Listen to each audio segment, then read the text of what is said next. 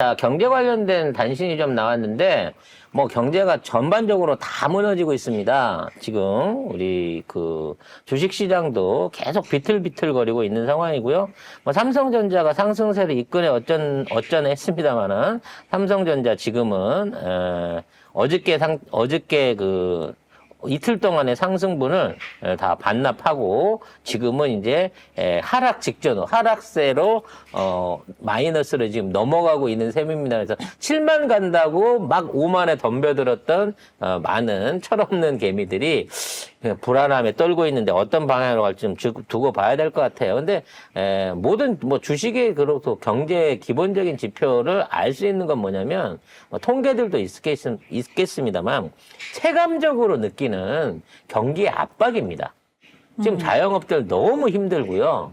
그리고 뭐 지금 식당을 비롯해 갖고 뭐 일반적인 서비스업 이런 쪽도 다 힘들고 심지어는 미용실에도 손님이 없다고 할 정도로 서비스 부분까지도 지금 경기가 완전히 주저앉은 상황이라고 합니다. 사실 우리가 가게 경제가 어려워지면은 제일 먼저 줄이는 게 그런 부분들을 줄이게 돼요. 네, 미용실 좀 덜 가게 되고, 그다음에 네일 받던 거 안 받게 되고, 약간 마사지 받으러 가던 거 안 가게 되고, 그런 그렇죠. 것부터 계속 착착착착 줄여가게 되죠. 먹는 거를 줄이거나 뭐 먹는 거에 급을 낮추는 거는 정말 마지막 단계까지 갔을 때 그렇죠. 일어나는 거고 평상적으로 본인이 하던 것들을 줄이게 되죠.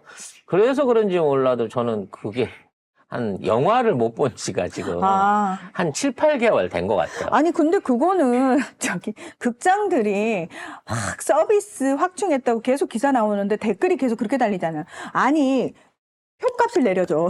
그러니까. 그러니까 거기서 니들이 팝콘을 서비스를 주고 애들이 놀 수 있는 놀이방 만들었다고 자랑할 게 아니고, 아니, 티켓 값을 내려달라니까?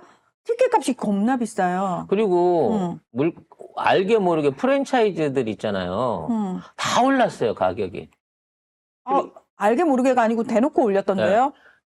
그러니까 왜 올렸냐 그러니까 뭐 재료비 얘기도 하지만 자기 불황 때문에 올렸대요. 그럼 그 본사적인 입장에서는 남는데 가격을 올리면 사람이 줄어드니까 그 프랜차이즈를 하는 매장을 직접 운영하시는 분은 더 힘든 상황인 거거든요. 지금 옷도 안 팔린대요. 예. 그리고 블라디미르 님께서는 삼성건설 현장 쪽도 심상치 않아요. 현장에 사람 다 줄여나가고 있어서 다들 다른 쪽에 있던가 아니면 집에만 있다고 하더라고요. 하셨어요. 그러니까 이런 전반적인 경기의 위축 상황을 우리가 보고 있는데 이 정부는 경제를 잘하고 있대. 예? 김민전 같은 그 국진당 최고위원은 나와갖고 지금 우리가 몰라서 그렇지 세계가 부러워할 만큼 한국 경제가 너무 좋아지고 물가도 1%로 안정돼 가고 있고 너무 수준이 좋은데 지금 야당과 언론이 이걸 갖다가 호도하고 안 알려주고 있어서 그런다는 개소리를 치고 있단 말이에요. 또 야당 탓이에요, 이번에는? 이번에도 야당 탓인 거, 민주당 탓인 거. 아니, 누가 보면 민주당이 집권 정당인 줄? 근데 특히나 많이 줄어버린 품목이 또 하나가 있어요. 이게 뭐냐면 온라인 매출입니다. 아니, 그 소비를 줄이게 된다니까요. 근데 소비를 줄이는 데 있어서 그동안 온라인 매출은 사실은 우리가 체감이 좀 덜하기 때문에 사실 좀 쉽게 결제하고 쉽게 땡기는 느낌들이 많이 좀 있었단 말이에요. 저 표현을 좀 소비자들 입장에서 해주시겠어요? 우리가 땡기진 않잖아요. 아니, 그러니까 막 찌르는 거죠. 이게 직접 가서 현장에서 집어들라고 하면 이게 속도 내지는 이게 주저함이 있는데 화면 보고 클릭하다 보면 나도 모르게 그냥 쉽게 손이 나가는 케이스들이 있거든요. 왜요? 아직도 알리와 테무에서 예쁜 쓰레기들을 그렇게 사 모으세요? 알리와 테무에서 연락이 무지하게 옵니다. 하루에 메일이 10통씩 옵니다. 뭐라고요? 고객님 10만 원짜리 상품권을 보내드렸습니다. 알리 사장님이 나한테 사과한대. 뭘 사과하는지 모르겠지만. 아무튼 그럴 만큼 온라인 매출 쪽에서도 심각하게 지금 매출들이 줄어들고 있어요. 왜냐하면 원래 11월에 온라인 매출의 성수기이기 때문입니다. 그러네요. 막 블랙 프라이데이부터 시작해가지고 중국 같은 경우에도, 광군자가 있고요. 그런 걸 틈타갖고 해외 직구를 하는 분들도 많고, 또 여기 맞춰가지고 블랙 프라이데이 시즌에는 국내 대기업들도 굉장히 할인 행사들을 많이 하거든요. 근데 전혀 매출이 안 오르고 있는 거예요. 그 중에 하나가 뭐냐면, 우리란다. 큐텐이 TMF를 발라먹어버린, 그렇죠. 싱가폴 가짜 자본이 국내에 건실한 온라인 유통업체 서너 개를 끌어들여가지고 네. 돈 한 푼 안 들이고 있는 자본금을 미국에 회사 차린다고 해서 다 발라먹어버린 사기에 있었단 말이에요. 그래서 그렇죠. 그때부터 이거 빨리 부도시키고 국가가 나서서 관련자 구속시켜가지고 피해 구제해야 된다 그랬더니 자율구제로 6개월의 시간을 줘버렸잖아요. 그리고 지금 어떻게 됐는지를 확인하고 보니 피해자 구제 하나도 안 되고 있을 뿐더러 얘네들이 그동안 얼마나 말도 안 되는 갑질을 해왔는지가 계속 밝혀지고 있는 상황인 겁니다. 이게 죄만 늘어나고 있는 거예요. 그렇죠. 자, 구영배 큐텐 그룹 대표, 류광진 티몬 대표, 류화현 위메프 대표. 자, 이 사람들은 1조 5,950억 원 상당의 정산대금 편취 및 특정경제범죄가중처벌법상 사기, 횡령, 배임 혐의를 받고 있죠. 그런데 이 사람들과 관련해가지고 지난달 10일 구속영장이 한 차례 기각이 됐습니다. 그런데 이번에 또 구속영장이 기각이 됐는데요. 근데 이들과 관련해가지고 이제 점점 수사를 해보니까 아주 골 때리는 내용들이 나옵니다. 큐텐 그룹 계열사들이 연 1억 원 이상의 계약이나 직원 정원 관리 등의 세세한 사안을 큐텐 본사로부터 사전 승인을 다 받아야 했던 것으로 확인이 됐다고 합니다. 그러니까 계열사를 통제하면서 말 그대로 황제 경영을 했다는 거죠. 근데 이 새끼들이 이 계열사를 사들인 방법 자체가 돈을 들고 사들인 게 아니에요. 싱가포르에 있는 법인을 하나 들고 와가지고 니네 주식이랑 우리 주식이랑 바꿀래? 라고 해서 주식을 바꿔간 거예요. 그래서 바꿔간 주식을 팔지도 못했어. 그냥 얘네가 이런 식으로 주식을 바꿔주면 나머지 주주들을 살려주고 회사를 살려줄 거라고 생각했다는 거지. 근데 이 새끼들은 회사를 살리기는커녕 회사에 있는 손대지 말아야 될 물품 대금까지도 편취를 해갖고 그 돈으로 쓰레기나 다름없는 미국 회사를 산다고 수천억을 빼가버린 거예요. 그래서 지금 얘네들이 지금 못하고 있는 거래처에 지금 못하고 있는 돈이 1조 5천억이에요. 1조 5천억. 미국 전자상거래 위시 인수 대금으로 계열사들의 자금 799억 원을 횡령을 한 혐의를 받고 있는 겁니다. 그런데 1조 5천억이 넘는 물품 대금을 편취했는데도 불구하고 얘네들이 책임져야 될 배임 금액이 28억. 횡령 금액은 128억밖에 안 된다는 거야. 장난쳐요? 지금 돈은 1조 5천억이 비는데 1조 5,950억 원이요. 그냥 1조 6천억이 비어요. 그냥 네. 50억 모자란 1조 6천억이 비는데 그 돈이 어디로 갔는지 모르겠고 얘네들이 갖고 간 돈은 28억밖에 없다는 거예요. 내지는 횡령을 했다고 지금 의심되는 것도 128억밖에 없다는 겁니다. 그러니까 그 돈이 어디로 갔는지는 아무도 몰라. 결국 이거는 이 회사의 주주들의 공동의 손실로 돌아가는 거예요. 그렇게 기업을 경영하다 보면은 손실이 날 수도 있고, 이렇게 지금 만들어가고 있는 거잖아요. 그래서 아무 돈을 안 내고 들어와서 1조 6천억의 손실을 일으킨 놈들은 한마디로 150억만 물어주면 죄가 없이 깔끔하게 모든 걸 털고 갈 수 있는 겁니다. 아유. 야, 너 돈 어딨어? 너 지금까지 너 이 회사를 이렇게 개판을 만들었으니까 도대체 니네가 출연할 수 있는 돈이 얼마야? 라고 했더니 500억 있다는 겁니다. 500억. 그러면 네가 갖고 있는 네 회사, 네가 갖고 있는 모든 주식이나 이런 것들 전부 내놔. 그거라도 회사에다가 다시 투자해가지고 회사 살리는데 도움을 주게. 그러니까 내가 갖고 있는 주식은 이미 싱가포르에서 사업이 망했기 때문에 그냥 살아만 있지 액면 가치가 없어요. 부도만 안 났지 휴지예요. 이러고 있는 거야. 돈 없어요. 그렇지. 그러면서 배째세요. 나는 내가 할 수 있는 거 다 내놨어요. 내 재산 다 내놨고요. 내 개인적인 재산 다 내놨고요. 잠깐만, 이거 명태균인데? 명태균은 신불자잖아. 걔는 집도 없어. 중요한 거는 얘는 신불자가 아닌데도 하는 짓거리는 똑같잖아. 그렇지. 아니, 배를 째라며. 그래, 오냐, 배 좀 째자. 배 안에 돈 들었으면 당연히 쨌지. 그래서 얘는 일부 자기 집도 내놓고 뭣도 내놓고 일부 사재를 출연하긴 했습니다만 지명의로 된 것만 내놨겠지. 네. 그럼에도 그런 것만으로도 얘는 구속수사 대상이 안 되는 거예요. 왜? 회사를 살리기 위해서 또는 책임을 지기 위해서 얘는 최선을 다했다는 거야. 사저까지 다 내놨기 때문에 구속까지 시켜서 할 수가 없다는 거지. 그러면 얘 주장은 뭐냐? 그럼 너 앞으로 어떻게 책임질 거야? 그러니까 일단 부채를 전부 다 주식으로 만들어서 떠안읍시다. 출자를 했다고 생각하고. 그냥 그거잖아. 아니, 뭐, 나를 구속시키고 처벌한다고 해서 회사 살아날 수 있는 게 1조 아니고. 6천억이 나오는 거 아니니까. 아니잖아. 일단 내가 다시 기업을 맡아서 해볼게. 그러니까 1조 6천억을 주식으로 해갖고 그냥 출자한 걸로 치고 떨어져. 그래가지고 다시 나한테 맡겨줘. 다시 나한테 맡겨줘. 내가 열심히 벌어갖고 갚아줄게. 1조 6천억 벌고 그러면 주가도 올라가고 그럼 주주들은 살아날 거 아니야. 어떻게? 이렇게 얘기를 하는 거죠. 손해를 안으실래? 아니면 그래도 나를 다시 한번 믿고 나한테 몰아줄래? 그러니까 물건 떼고를 못 받은 사람들은 찢어 와. 죽이고 싶지만 죽인다고 나올 돈이 없으니까. 아니, 근데 문제는 뭐냐면은, 그렇게 해주려면은, 기존의 사람들이 피해를 본 업체들이 그냥 그대로 피해를 떠하는 상태에서 다시 또 살리기 위해서 물건을 대줘야 돼요. 바로 그 점이죠.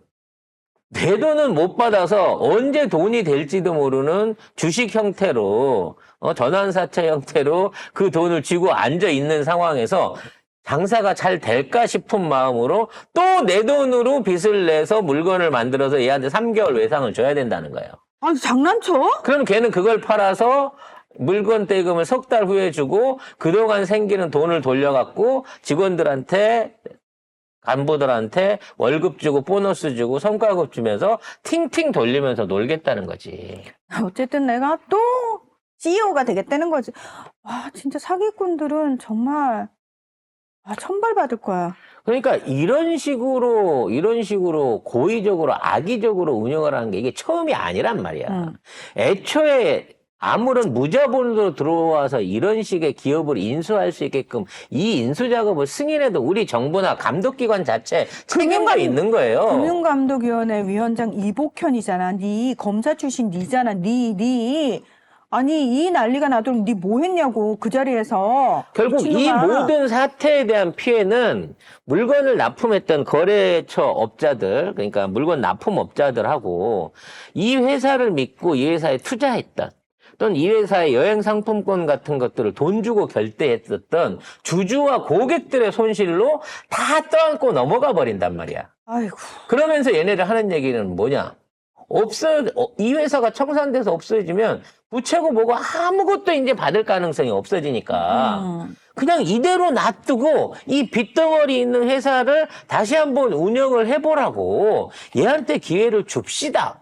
이거예요, 지금 국가적인 논리는. 미쳤어요? 그러니까 민주당이 이제 이런 방식으로 이런 무자본 M&A를 하거나 이런 식으로 부도덕한 경영을 하는 애들은 엄벌에 처하고 경영진에서 배제를 하거나 그렇지. 혹시나 경영권을 돌려받더라도 임금을 받지 않고 일을 하라는 거지. 그래서 실제적으로 상황이 어려운 외국의 대기업들 같은 경우에 CEO 스스로가 임금을 제로로 해놓고 일하는 경우들도 많이 있어요. 회사가 어려우면 진짜 윗대가리와 간부들부터 월급을 줄이고 회사를 살리기 위한 노력을 하면서 주주한테 동의를 구해야 될 거 아닙니까? 근데 우리나라 기업은 정반대야. 삼성도 틀리지 않아. 10조 원 출자할게요. 3조 원을 사갖고, 조만간 사갖고 매각할게요. 그 얘기해갖고, 주가를 7,000원 가까이 올렸어. 12%, 15%를 올렸다고. 근데 12%, 15%를 기대를 하고 들어왔던 개미들이 그 돈을 그만큼을 발라줬는데, 3조 원 가까운 돈을 투자했고, 지금 5만 7천 원을 만들어줬는데, 정작 대기업이나 삼성전자나 아니면 삼성의 어떤 경영진이나 계열사에서 삼성전자 주식을 대량 매입했다는 뉴스는 3일째 안 나오고 있다는 거야, 지금도. 뉴스만 띄워놓고 개미만 끌어들인 거예요, 지들 주가 방어용으로. 그래서 우리 방송을 들으신 분들은 어제 올랐을 때 깔끔하게 정리를 하셨어야 돼. 예. 정리하신 분, 익절이면 다행인데 너무 높은 금액에 들어가신 분들은 손절치기가 너무 안타까운 거지. 지금 지리한 공방들이 일어나고 있어요. 외국인 그 와중에 기관하고 내국인들, 개미들만 사고 있고 외국인은 계속해서 열고 5만 5천 해도 좋아하고 막 던지고 있어요. 그럼 외국인은 왜 5만 5천 원인데도 7만 원이 된다고 삼성이 얘기를 하는데 던지겠습니까? 얘네들은 3만 5천 원 될 때까지 가격을 떨어뜨려 버리려고 한다니까. 그리고 3만 5천 원 가면 반대 매매에 더 많은 삼성 회사 물량들이 쏟아져 나와요. 못 지키는 물량들이.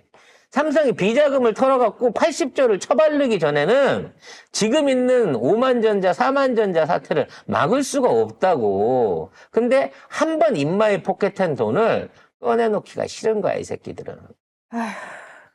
많은 분들이 그럼 이재용은 포기한답니까? 이재용은 당연히 포기하죠. 그냥 주주로만 나고 경영권을 내려놓는다고 해서 이재용이 손해볼 거 하나도 없습니다. 왜? 이재용이 스스로 경영을 해갖고 회사를 키워가지고 그 안에서 얻어낼 수 있는 이득보다 지금까지 부모한테 상속받고 또 그걸 관련해가지고 각종 편의를 통해가지고 전환사채나 이런 걸로 얻어서 지금 갖고 있다고 하는 10조가 넘는 수익을 지키는 게 얘한테는 더 중요한 거예요. 지재산 지키는 게 중요하죠. 지금 10조를 다 털어넣어도 삼성전자 주가를 못 살리는데 지 돈을 왜 지 돈을 집어넣겠어요? 그 돈은 그 돈대로 살리고 해외 비자금으로 꼬불 쳐던 거 딴 사람 명의로 했던 거 쥐고 있다가 나중에 더 떨어진 다음에 사고 말지. 왜? 저는 지가 망할 거를 전제로 하고 개입을 안 하고 있으니까. 이런 부도덕한 경영자들과 이거를 관리하는 감독관들이 있는 이상은 삼성도 팀원도 위메프도 그 어떤 회사들도 이게 무조건 대한민국 안에서 제대로 믿을 수 있는 우량한 회사라고 볼 수가 없다고. 응? 대한민국 최고의 기업 삼성 하나가 경영권 승계 완료되고 난 다음에 이렇게 형편없이 무너져가고 있다는 거예요. 그래서 이와 관련된 주주 이권 보호에 대한 상법 개정안을 발의를 했다고 합니다.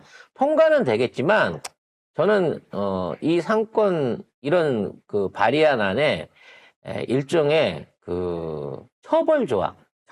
근데 그런 게 없어요. 이게 없어요. 이게 없어요. 이렇게 하지 말아야 한다라는 법만 있지, 이걸 어기면 사형을 시키겠다든지, 전 재산을 몰수를 하겠다든지, 물론 극단적인 표현입니다만, 이에 대한 경영자의 책임 또는 자본에 대한 손실에 대한 운영진의 책임이 없는 상황에서 이 법이 발의된 게 저는 너무 안타까워요. 관련해서 기사 정리하겠습니다. 자, 지금 현재 그 상법 제382조의 3에는 이사의 충실 의무라는 게 있습니다. 1998년에 만들어졌는데요. 여기 이 조항은 이사는 법령과 정관의 규정에 따라 회사를 위하여 그 직무를 충실하게 수행하여야 한다라고 쓰여져 있습니다. 그런데 민주당의 이용우 의원은 주주의 비례적 이익 또는 박주민 의원은 총주주의 이익, 이 내용들을 사실은 추가를 하려고 했어요. 그런데 이런 것들이 어떤 상충되는 부분들이 있어가지고 학계 재계에서 지적을 했다고 합니다. 그래서 민주당에서 최종적으로 이 이사의 충실 의무 조항을 그대로 두고 여기에 이사는 총주주의 이익을 보호해야 한다. 는 별도 문구를 추가하는 법안을 냈다고 합니다. 그러니까 니들 주주 이익에 반하는 짓 하지 마라는 게 법안의 원리인데 했으면 어떻게 할 거냐는 처벌 조항이 없다는 거예요. 그런 거 없고 그냥 해야 한다는 거죠. 해야 한다. 일종의 결의안 같은 거야. 그럼 안 하면요? 안 해도 할 수 없는 거지. 최선을 다했는데 회사가 망했어. 그럼 이거 개정하는 게 의미가 뭐가 있죠? 글쎄요. 근데 그런 부분에 있어서의 부칙 조항들이 앞으로 추가로 만들어지게 되면서 어떤 그 소액주주의 의결권이라든지 또는 손배를 했을 때 어떤 방향으로 좀 더 그 민사소송이라든지 거기에 대한 집행이 쉬워지게 하는 이런 부칙의 조항을 만들 수는 있겠습니다만 자본주의 사회에서 경영자한테 경영을 못했다고 해갖고 주주의 이득을 경영자가 책임져라고 하는 법은 만들 수 없다는 겁니다. 쉽게 말하면. 그렇죠. 그 점은 이해는 해요. 하지만 그러한 손실을 만드는 과정 중에 뚜렷하게 확인될 수 있는 고의성이 보이는 부분 또는 방임이나 배임을 한 부분이 들여다 보이게 되면 의도적으로 하는 게 판단이 되고 거기에 대한 판단이 법적으로든 아니면 주주들의 판단으로든 있다고 판단이 되면 여기에 가담했던 세력들이나 주주들에 대한 그 경영진에 대한 이사들에 대한 일종의 소추권 내지는 거기에 대한 재산권에 대한 부분을 압류 내지는 처분할 수 있는 권한 정도는 최소한 줘야 되는 게 아닌가라는 생각이 들어요. 그러니까 근데 이게 이제 논리가 그거예요. 자본주의 사회에서 이 기업의 가치를 평가하고 투자를 하는 건 개인의 몫인 거예요. 근데 그 개인이 그 판단을 잘못한 부분을 가지고 반드시 처벌을 해야 된다? 이거는 자본주의 사회에 맞지 않다는 거예요. 아니, 나는 어느 기업인이 일부러 내 회사를 망하게 하겠어요? 나는 기업가들의 논리에 전형적으로 부합하는 거죠. 그래서 이 주식회사라고 하는 체제에 대한 회의가 많이 생깁니다. 왜냐하면 그러니까 진짜 주식회사 같은 경우에는 망한다고 하더라도 대표자나 경영진이 주주로서의 자신의 몫에 대한 손해를 감수를 해버리면 법적으로 무한 책임을 지지 않는다는 거예요. 근데 저 같은 개인 사업자들 또는 자영업자들이 실패를 하게 되면 그에 따르는 모든 손실을 무한 책임을 지게 돼 있다는 겁니다. 자영업자들은. 자영업자들 같은 경우에는. 그리고 그러한 무한 책임을 만들어내는 조력자의 역할을 하는 게 결국은 금융기관인 거예요. 그렇죠.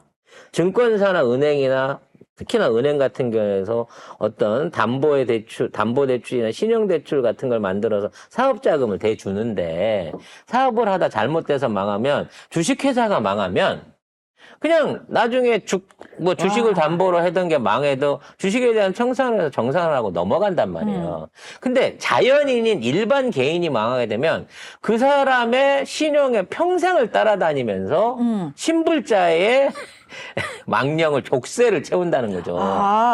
부영배 큐텐그룹 대표와 명태균의 차이점이 그거였군요. 그렇죠. 1조 5천억을 조져 먹었어도 6천억 원이요. 1조 6천억을 조져 먹었어도 나는 그 주주의 한 사람이고 난 싱가포르에 있던 내 주식을 한국 주식이랑 바꿔서 대표된 거고 만일에 문제가 있다 그러면 내 주식 다 포기하고 시키는 대로 다 할게. 나 모든 거 다 내놨어. 처벌해봐 그러면 이 법은 처벌을 못해요. 근데 내가 어렵사리 집 잡히고 신용대출해서 가게를 열고 물건을 사다가 장사를 하다 망하면 내 집하고 내 자산이 다 날아가면 물론이고 해결하지 못한 그 부채를 신불자라고 하는 어떤 굴레와 함께 평생 다시 재기할 기회, 금융기관을 써볼 기회도 주지 않으면서 평생을 쫓아다니면서 압류에 추심에 또는 경제적인 제재를 때리는 게 지금에 있는 제도라는 거죠. 이런 상황에서 누가 자영업을 하고 제조업을 하고 스스로 투자를 해가지고 사업을 하려고 들 수 있을까? 그러니까 삼성전자 주식이 떨어져도 설사 이재용은 뭐 그 경영진의 자리는 내려놓을 수 있지만 본인은 망하지 그렇죠. 않고 1도 타격이 없는 거죠. 그리고 내가 주식 갖고 있는 거 그냥 지키고 있으면 대주주로서 큰 그렇죠. 개미로서 내가 이거 팔아갖고 사재 팔아가지고 아니면 내가 가진 주식 전부 소각해가지고 내 손해를 감수하고 회사를 살리겠다는 마음이 없고 그래 경영권 네가 가져가. 나는 그냥 주주로 있을게. 나 지금 주식 4만 원짜리 있는데 내가 이거 소각 안 하고 쥐고 있다가 나중에 8만 원, 10만 원 다시 경영 정상화가 됐고 되면 나 그때 팔아서 부자 될 거야 라는 선택을 해도 그거는 주주로서의 선택, 경영자로서의 선택일 뿐 아무런 법적 문제나 도덕적 문제에 제기를 받지 않는 체제라는 거예요. 그러니까 어떻게 된 게 진짜 없는 사람, 서민들은 법이 너무 무서운데, 너무 악독한데, 있는 놈, 권력을 가진 놈들한테는 법이 오히려 본인들의 부를 더 불리는데 도움이 되네요.